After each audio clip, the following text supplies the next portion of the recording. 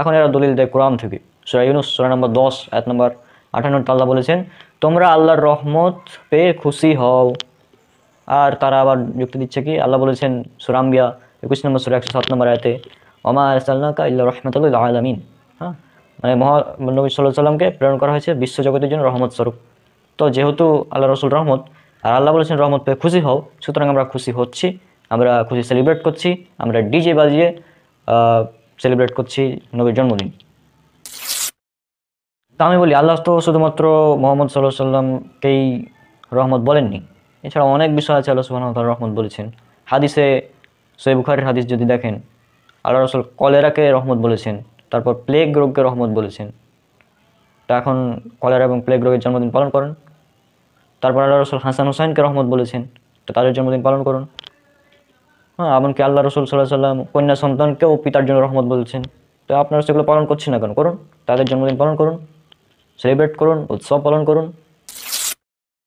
এই আয়াত থেকে যদি নবী সাল্লাল্লাহু আলাইহি সাল্লামের জন্মদিন পালন করতে হয়, এই আয়াতটা নাজিল হয়েছে কার উপর? মুহাম্মদ সাল্লাল্লাহু আলাইহি সাল্লামের উপর। হ্যাঁ, তারপর এই আয়াত সর্বপ্রথম কারা শুনেছে? সাহাবীরা শুনেছে। তারপর তাবি 4 ইমাম তো আছেনই।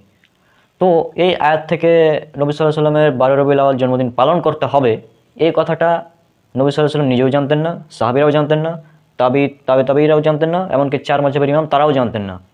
আর আপনি আজ এসে জেনে নিলেন এই আয়াত থেকে নবীর জন্মদিন পালন করতে হবে।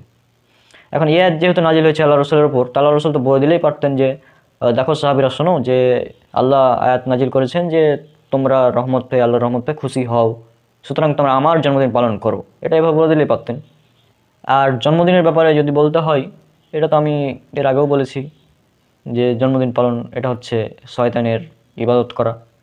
শয়তানের ধর্মের সবচেয়ে বড় উৎসব, যেটা লেভি নামক এক ব্যক্তি, শয়তানের উপাসক, সে ব্যক্তি কিন্তু শয়তানের পূজা করে, শয়তানের ধর্ম পালন করে।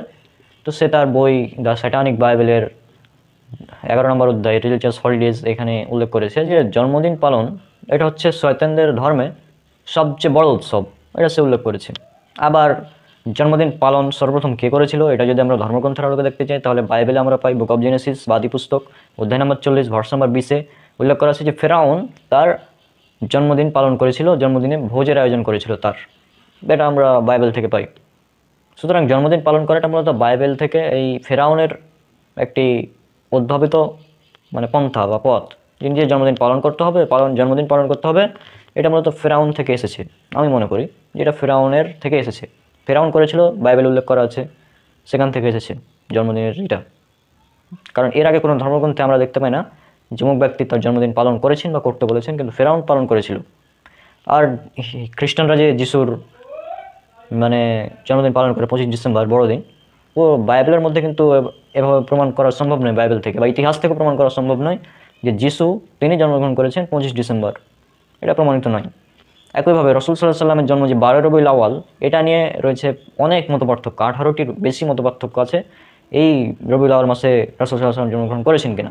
তবে আল্লাহ রসুল সাল্লাল্লাহু আলাইহি সাল্লাম যে 12 রবিউল আউয়ালে মৃত্যুবরণ করেছেন, এটা নিয়ে কারো তেমন মতপার্থক্য নেই, এটাতে প্রায় সবাই একমত যে 12 রবিউল আউয়াল হচ্ছে রসুল সাল্লাল্লাহু আলাইহি সাল্লামের মৃত্যু দিবস।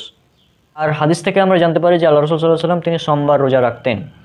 এখন এই সোমবার রোজা রাখার কারণ হিসেবে যখন সাহাবীরা জিজ্ঞাসা করলেন যে আপনি সোমবার রোজা রাখেন কেন, তখন এই দিনে আমি জন্মগ্রহণ করেছি এবং এই দিন আমাকে নবুয়ত দেওয়া হয়েছে। অপর এক বর্ণনায় পাওয়া যায় যে এই দিনেই আমাকে দেওয়া হয়েছে নবুয়ত, এবং অপর এক বর্ণনায় আরও পাওয়া যায় যে সোমবার এবং বৃহস্পতিবার আল্লাহর নিকট মানে আমল পেশ করা হয়। তো আমি চাই আমার আমল এমন অবস্থায় পেশ করা হোক যাতে আমি রোজাদার অবস্থায় থাকি।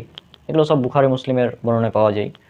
হ্যাঁ, তো মূলত আমার যেহেতু আজকে প্রস্তুতিবিহীনভাবে কথাগুলো বলছি, তাই রেফারেন্সগুলো তেমন মনে নেই। হ্যাঁ, এই জন্য আর কি বলা হচ্ছে না। তো মূলত এগুলো বর্ণনা পাওয়া যায়।